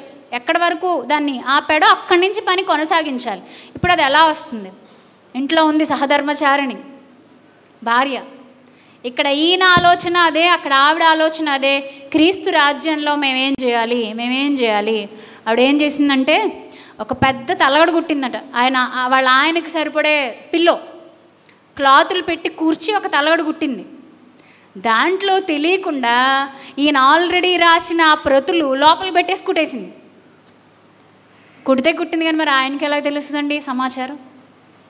ఆలోచించండి. ఒకవేళ ఎవరైనా మధ్యలో పట్టుకున్న ఆ బైబిల్ని కనుక ఓపెన్ చేసి చూసేస్తే ఇచ్చినోడు అయిపోతాడు, తీసుకున్నోడు కూడా అయిపోతాడు. ఒక సైనికుడు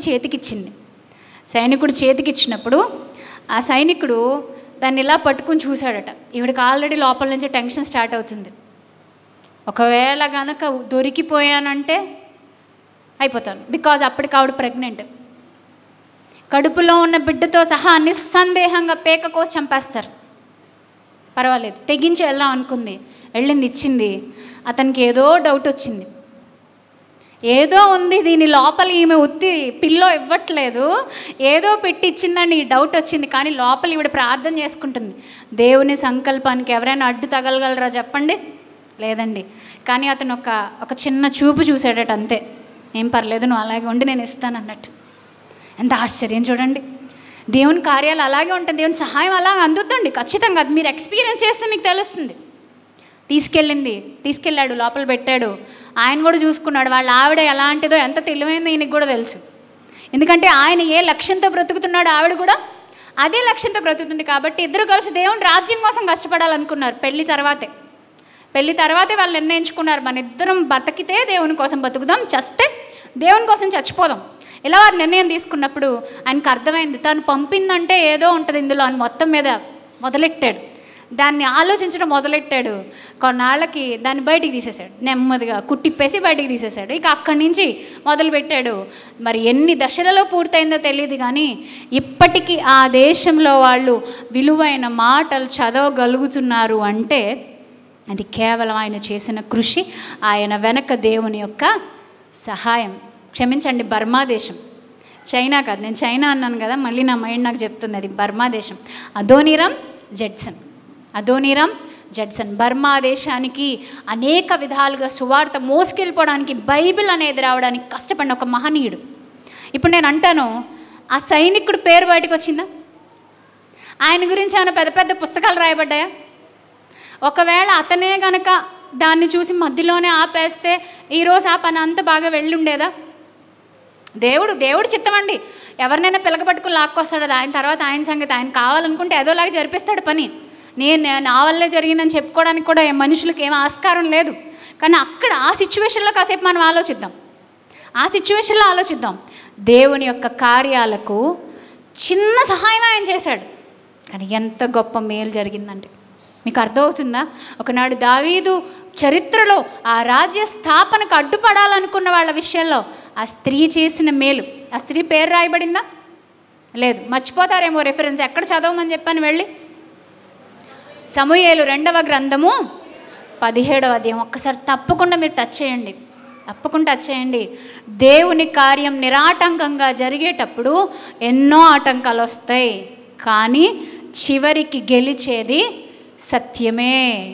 మీకు అర్థమవుతుందా? చివరికి గెలిచేది సత్యమే.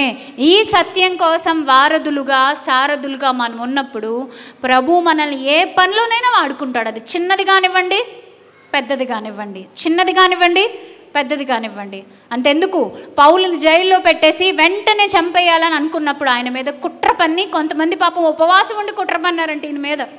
సుమారు 50 మంది ఆ శాస్త్రులు, పరిసయ్యులు లాంటి వాళ్ళు ఉంటారు కదా, వాళ్ళు తిండి తిప్పలు కూడా మానేసి పౌల్ని ఏదోలాగా చంపేద్దాం అనుకున్నారు. అప్పుడు ఒక అబ్బాయి సమాచారం మోసుకెళ్ళాడు. ఒక చిన్న కుర్రాడు. గుర్తున్నాడా మీకు? పెద్దగా ఆయన చేసింది గొప్ప సహాయం ఏమి అనిపించదు మనకి, కానీ చాలా మేలు చేశాడు. గుర్తున్నాడు అబ్బాయి మీకు? ఎవరు చెప్పండి? బైబిల్లో పౌలు గారి యొక్క కుటుంబ వివరాలు పెద్దగా మనకు లేవు, కానీ ఆ పిల్లాడి గురించి ఉంటుంది. ఎవరతను? వెరీ గుడ్, పౌలు గారి మేనల్లుడు. పౌలు ప్రారంభంలో సువార్త పరిచర్యలు వెళ్ళేటప్పుడు ఆయన మీద అటాక్ చేయాలనుకున్నప్పుడు గోడ మీద నుంచి గంపలో పెట్టి దింపేశారంట. గుర్తుందా మీకు? ఆ గంపే ఉపయోగపడకపోతే ఆయన దిగేవాడా? ఆ గంపను దింపు ఉండకపోతే ఆయన అనేక ప్రాంతాలకు వెళ్ళేవాడా, సముద్రాలు దాటేవాడా, ఖండాలు దాటేవాడా, అనేక ప్రదేశాల్లో సువార్త ప్రకటించేవాడా? అంటే ఆ గంప దింపిన వాళ్ళ పేర్లు రాయబడ్డాయా? రాయబడలే. అందుకేనండి ఒక చోట పిలిపిలికి లేఖ రాస్తే పౌలు గారు అంటారు, ఆ స్త్రీలు, ఇతర సహకారులు, క్లెమెంతు కష్టపడ్డారు నాయన వాళ్ళు, అందుకే వారి పేర్లు జీవ గ్రంథమందు రాయాలి. ప్రియమైన దేవుని జనాంగమా, మీరు దేవుని కోసం కష్టపడుతుంటే దయచేసి గుర్తింపు రావట్లేదనో ఎవరో చూడట్లేదని ఏడక్కర్లేదు. మనకి ఎవరు గుర్తింపు ఉంది? ఎస్, దేవుడు తప్పక మనల్ని హత్తుకుంటాడు, నిలబెడతాడు. లాస్ట్ ఇయర్ లంగరేసిన పాట చేశాం కదండి, తమ్ముడు శ్రీకాంత్ చాలా చాలా మంచి ఎఫర్ట్ పెట్టాడు, నాకు చాలా సహకారంగా ఉన్నాడు. సుమారు 5 రోజులు మేము ఆ వర్క్ మీదే కూర్చున్నాం. ఆ తమ్ముడు ఫోటో కూడా వేసుకోలేదని అందులో. నేను తర్వాత అయ్యో మర్చిపోయాను, నువ్వు ఏంటి ఇలా చేసావంటే పేరు కూడా వేసుకోలేదు. పర్లేదక్క అన్నాడు. ఇప్పటికీ దానికి సంబంధించి నా దగ్గర పెద్దగా అమౌంట్ కూడా ఏమి రూపాయి కూడా తీసుకోలేదు. అది విలువైన కార్యం, గొప్పగా వెళ్ళాలంతే చాలక్క అన్నాడు. అంటే దేవుని యొక్క పనిలో మనం పెట్టే ఎఫర్ట్ ఏదైతే ఉందో అది మనకి గొప్ప ప్రోత్సాహాన్ని ఇస్తుంది, మనలో ఒక పాజిటివ్ వైబ్రేషన్ నింపుతుంది, మనల్ని ముందుకు తీసుకెళ్ళిపోతుంది తప్ప ఎక్కడ మనల్ని కింద పెట్టదండి. కాబట్టి మన ముందు ఉన్నటువంటి దైవ కార్యం ఏదైనా, ఫర్ ఎగ్జాంపుల్ సెమినార్ అనుకుందాం, ఇక సెమినార్తో మనం చల్లారిపోవడానికి కూడా లేదు. బికాజ్ మనం ఎక్కడున్నాం, ఎందులోకి వచ్చేసాం, మనం రాజ్యంలోకి వచ్చేసాం, దేవుని రాజ్యంలోకి వచ్చేసాం. ఈ రాజ్యంలో, ఈ రాజ్య వ్యాప్తిలో మనం దీన్ని మోసుకుంటూ వెళ్ళాల్సిన వాళ్ళమై ఉన్నాం. అందుకే ప్రభువునందు ప్రయాస వ్యర్థము కాదు. మీరు ప్రభువునందు పడే చిన్న ప్రయాస అయినా, చిన్నదైనా పెద్దదైనా వ్యర్థమే కాదు. అపోస్తులైన పౌలుని ఒకనాడు అనేక మంది దొమ్మిగా వచ్చి ఆయన లాక్కుని వెళ్ళిపోవాలనుకున్నారు. అప్పుడు దేమేత్రి అని ఒక వ్యక్తి వాళ్ళ విషయంలో చాలా కలవరపెట్టాడు. దొమ్మిగా అతని మీద పడ్డారట, దొమ్మిగా. అప్పుడు వాళ్ళందరికీ ఆశ్రయం ఇచ్చిన ఒక వ్యక్తి ఉన్నాడు, తెలుసా మీకు? యాసోను అని ఒక వ్యక్తి ఉంటాడు. అంటే ఈ క్యారెక్టర్స్ అన్నీ కూడా అక్కడక్కడ అలా జస్ట్ మనకి టచ్ అవుతారు అంతే. అలా టచ్ అయినప్పుడు మనకు అర్థం కాదు, ఇంకా పెద్దగా మనం వీళ్ళ గురించి నేర్చుకోవాల్సింది లేదులే అనుకుంటాం. కానీ నిజంగా మనసు పెట్టి స్టడీ చేస్తే చాలా సంగతులు అర్థమవుతాయి. వాళ్ళ ఇంటి వారందరూ పౌలుకి సహాయం చేశారు. వాళ్ళ పేర్లు ఏం రాయబడలేదు ప్రియులారా. ఒనేసిఫోరు అనే ఇంటి వారి గురించి మాట్లాడతాడు పౌలు గారు. వాళ్ళ పేర్లు, వాళ్ళ ఇంటి వారి పేర్లు పెద్దగా రాయబడలేదు, మనకి వాళ్ళ గురించి సమాచారమే తెలియదు. కానీ ఎక్కడికి వచ్చేసారు వాళ్ళు? జీవ గ్రంథంలోకి వచ్చేసారు. రోమాపత్రిక 16 అధ్యాయం అంతా మీరు చదవండి ఒకసారి, చాలా డెడికేటెడ్గా. అందులో రాయబడిన క్యారెక్టర్స్ ఏమేమి ఉన్నాయో మీరు నోట్ చేసుకోండి. అసలు ఎవరెవరు వాళ్ళు ఏంటని చూడండి. ఆ క్యారెక్టర్స్ అన్నీ దేవుని పనిలో పౌలుకి సహకరించిన వాళ్ళే. చిన్న చిన్న హెల్ప్లే చేసిన వాళ్ళు ఉన్నారు అందులో, చిన్న చిన్న సాయాలు. కానీ చిన్న సాయమైనా దేవుని దృష్టికి అది గొప్పగా వెళుతుంది. అది కూడా దేవుని రాజ్యంలో చేసిన చిన్న సాయం అయితే ఉన్నతమైనదిగా నిలబడిపోతుంది.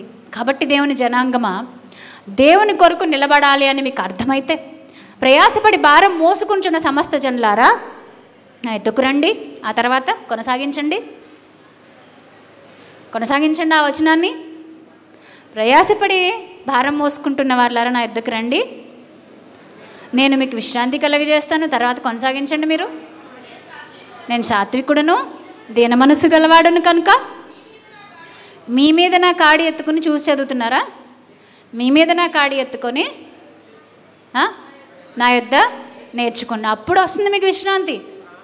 అంతే, అప్పుడు మీ ప్రాణములకి విశ్రాంతి. కాడి ఎత్తుకోవాలి. దేవుని పని అనే కాడుంది, ఎత్తుకుందాం. అది నానా విధాలుగా ఉండొచ్చు. అది వాక్యం చెప్పడం కానివ్వండి, మరొకరికి ఆకలితో ఉన్న వాళ్ళకి భోజనం పెట్టడం కానివ్వండి, కష్టంలో ఉన్న వాళ్ళని ఆదుకోవడం కానివ్వండి, విలువైన మాటలు మాత్రమే వాళ్ళకి ప్రకటించటం కానివ్వండి, లేదా అలా వచ్చే వాళ్ళకి సహకరించటం కానివ్వండి, ఏదైనా పరిచర్యలు ఎన్ని రకాలు? నానా విధములు. పరిచర్యలు ఎన్ని రకాలు? నానా విధములు. మీరు అందరికీ తెలుసు, స్టెఫెన్ దేవుని కోసం ఏమైపోయాడు? హతసాక్షి అయిపోయాడు. రాళ్లతో కొట్టి చంపేశారు అతన్ని. స్టెఫెన్ యొక్క వాక్ శక్తి ఎలా ఉంటుందో మీకు తెలుసా? వారు అతనిని ప్రేరేపించిన పరిశుద్ధాత్మ శక్తిని వారు ఎదిరింపలేకపోయిరి అంటాడు. అంటే అంత స్కాలర్ అనమాట స్టెఫెన్. అలాంటి స్టెఫెన్ ఎలా మొదలెట్టాడు తెలుసా ఆత్మీయ జీవితాన్ని? ఏ పరిచర్యతో మొదలెట్టాడు? ఎక్కడ మొదలెట్టాడు? బల్లల యొద్ద పరిచర్య. అతను చేసింది బల్లల యొద్ద పరిచర్య. చాలామంది రాత్రికి రాత్రి స్టార్ అయిపోదాం అనుకుంటారు, నైట్కి నైట్ స్టార్ అయిపోదాం అనుకుంటారు, దేవుని పనిలోనైనా బయటైనా. అఫ్కోర్స్ కొంతమందికి అది సాధ్యపడుద్దేమో, కానీ ఏంటోనండి, రాత్రికి రాత్రి స్టార్ అయిపోయిన వాళ్ళు అలాగే పడిపోతారండి. మీరు గమనించారా? అప్పటికప్పుడు వచ్చిన ఫేమ్ ఎక్కువ రోజులు ఉండదు. ఒక్కొక్క మెట్టు ఎక్కుతూ పేర్చుకుంటూ పడిపోతూ ఎక్కుతూ దెబ్బలు తింటూ అవమానాల పాలవుతూ మనసుకు గాయాలవుతూ మళ్ళీ నేర్చుకుంటూ మళ్ళీ బలపడుతూ గాయాలని దేవుడి దగ్గర క్యూర్ చేసుకుంటూ అలాలే ఒక స్టేజ్కి వెళ్తారు చూసారా, వాళ్ళండి నిలబడిపోతారండి, చివరి దాకా నిలబడిపోతారు. అందుకే అంతము వరకు సహించిన వాడెవడో ఆడే రక్షించబడతాడు. కాబట్టి విలువైన ఈ పరిచర్యలోకి వచ్చేసాం. ఇక నుంచి ఏ పరిచర్య మీరు తీసుకుంటారు? ప్రార్థించే పరిచర్య ఉంది, తర్వాత ప్రకటించే పరిచర్య ఉంది, వాక్యాన్ని ప్రకటించే పరిచర్య, ప్రార్థించే పరిచర్య, సంఘాలను బలపరిచే పరిచర్య, ఆహారం పంచిపెట్టే పరిచర్య, అనేకులను బలపరిచే పరిచర్య, బలహీనుడైన వాడిని నీ మాటలతో అలసిన వారిని ఊరడించు. మాటలు అంటాడు యెషయా గ్రంథంలో. ఇలా 1 కాదు 2 కాదు, మీ చేతుల్ని బలపరచమని దేవుణ్ణి అడగండి. అయ్యా, బలహీనులైన వాళ్ళని బలపరచడానికి ముందు నా చేతుల్ని బలపరచవా అడగండి. నిజంగా అడిగితే తప్పక దయచేయగల సమర్థుడు. నేను వాక్యంలోకి వచ్చిన కొత్తలో అనుకునేదాన్ని, నా వల్ల ఏం జరుగుద్దిలే, నేనేం చేయగలనులే, నా గురించి ఏంటో నాకు తెలుసు, కానీ ప్రవ్వా మీకు ఇష్టమైతే నన్ను వాడుకోండి ప్రవ్వా అని ఏదో అలవాటు ప్రార్థన చేసేసాను. అలా ఇప్పుడు నిజంగా ఆయన వాడుకుంటుంటే ఓపిక సరిపోవట్లేదు నాకు. ఆయన అవకాశాలు ఇస్తూ, ఆయన కొన్ని చోట్లకు పంపిస్తూ, లేదా ఆయన భారం పెట్టి కొన్ని విషయాల్లో నన్ను డెవలప్ చేస్తుంటే, ఏంటి ప్రభా నాకు ఓపిక సరిపోవట్లేదని మళ్ళీ నేను అడుగుతున్నాను. మళ్ళీ ఆయన దగ్గర నుంచి బలం పొందుకుంటాను అనుకోండి, ఆ తర్వాత సంగతి. అంటే మనం యథార్థంగా ఆయన ముందు ఒక కోరిక కోరితే తప్పక దాన్ని దయచేయగలిగిన సమర్థుడు మన ప్రభు. ఎవడైనా నువ్వు దేవభక్తుడై ఉండని ఎడల వాడేమి అడిగినా దేవుడు తన చిత్తంలో చేస్తాడట. గుడ్డివాని సందర్భంలో చెప్తాడు ఈ మాట. కాబట్టి దేవుణ్ణి అడుగుదాం. ఆయన మన నుంచి నీ పరిచర్య గొప్పది. మన పరిచర్యలో ఎంత చెయ్యగలమో అంత చేద్దాం. చివరి వరకు అంతవరకు సహించిన వాడు రక్షించబడతాడు. మీరందరూ అలా రక్షించబడే గుంపులో దేవుని పరిచర్యలో గొప్ప విజయాలు సాధించేవారుగా ఉండాలని మీ సహోదరిగా మీకోసం ఎల్లప్పుడూ ప్రార్థిస్తూ ఉంటాను. ఆల్రెడీ అయిపోయింది, మేబీ సంవత్సరం లేదు, చివరి సందేశం అనుకుంటా. కొత్త సంవత్సరంలోకి ఎంటర్ అయిపోతూ ఉన్నాం. కాబట్టి పాత సంవత్సరంలో మనం ఎక్కడ ఏ విధంగా తప్పిపోయాం దేవుడి దగ్గర రెక్టిఫై చేసుకుందాం, సెట్ చేసుకుందాం. వీలైతే కూర్చుని ఒక మంచి కొత్త పుస్తకం ఒకటి కొనుక్కోండి. కొత్త సంవత్సరంలోకి వెళ్ళాడు అన్ని కొత్తగా కొనుక్కుంటాం, కానీ పుస్తకాలు మర్చిపోతాం. ఒక మంచి డైరీ కొనుక్కోండి, ఒక పుస్తకం కొనుక్కోండి. ఈ ఇయర్లో మీరు వేసిన రాంగ్ స్టెప్స్ ఒకవేళ ఎవరికి చూపించకూడదు అనుకుంటే సీక్రెట్గానే ఉంచండి. వాటిని అధిగమించటానికి ప్రభు దగ్గర సహాయాన్ని వెతకండి. ఓకే, కొత్త సంవత్సరంలో విలువైన స్థితిలో ముందుకు దేవుని యొక్క కార్యాలను ఇంకా గొప్పగా సాగుదాం. సెమినార్ మన ముందుంది. సెమినార్లో ఎవరెవరు ఎంత ఎఫర్ట్ పెట్టగలరో, మనుషుల కోసం కాదు కష్టపడేది, ప్రభు కోసం మాత్రమే మనం కష్టపడుతున్నాం. మనకు అప్పగించబడింది చిన్నదైనా సరే, చిన్న పనుల ద్వారా దేవుడు ఏం సాధించగలరని విన్నా ఇప్పటిదాకా మనం గొప్ప కార్యాలు సాధించగలం. గొప్ప కార్యాలు ఆయన సాధించగలడు. ఒకనాడు నెబుకద్నెజరు కలలో చేతి సహాయము లేకుండా తీయబడిన చిన్న రాయి ఏం చేసింది? మహాపర్వతమైనటువంటి దాన్ని సైతం తుత్తునీలుగా చేసేసింది. సో చిన్న రాళ్ళు కూడా చాలా విలువైనవేనండి దేవుని రాజ్యంలో.